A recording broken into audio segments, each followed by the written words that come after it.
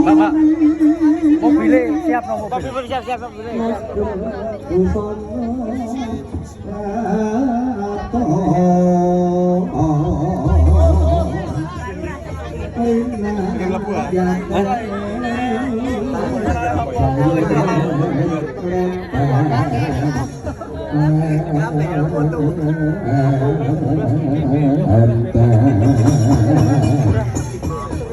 Kairing podo embal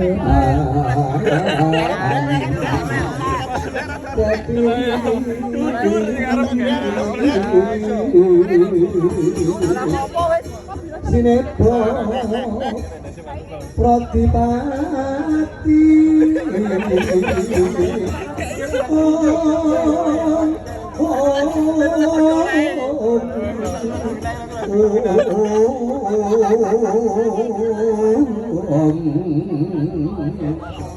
tumbak song-song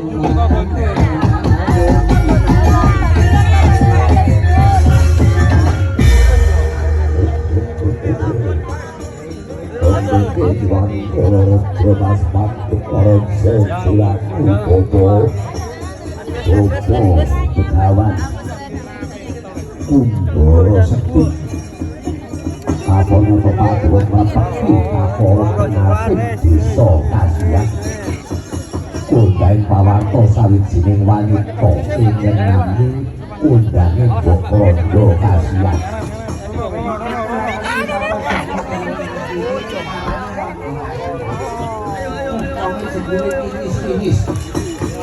Nek kaya ngapa ngomong ya iki wis dijatah dening Kanjeng Sinuwun Prabu Dewata Cengkar. Sinuwun Dewata Cengkar wis pemindahan badhe menungso ngombe piye kok. Kok nganti kaset iki kok malah bahan ayam nggih. Patih Didyaka Tarandana. Wonten timbalan ingkang wingi Surabaya. Buniku iki wekdale kok ya. Ngapa nyata dina iki aku kepethuk karo Rondo Kasian karo anake wedok sing wis ngantik arep Maja Putri. Pak Boyong Pak Dawa sowan mapanane negara Medang Kamulan dadi daharane Kanjeng Sinuwun. Ning semune ana digur nusuli dadak lakoni.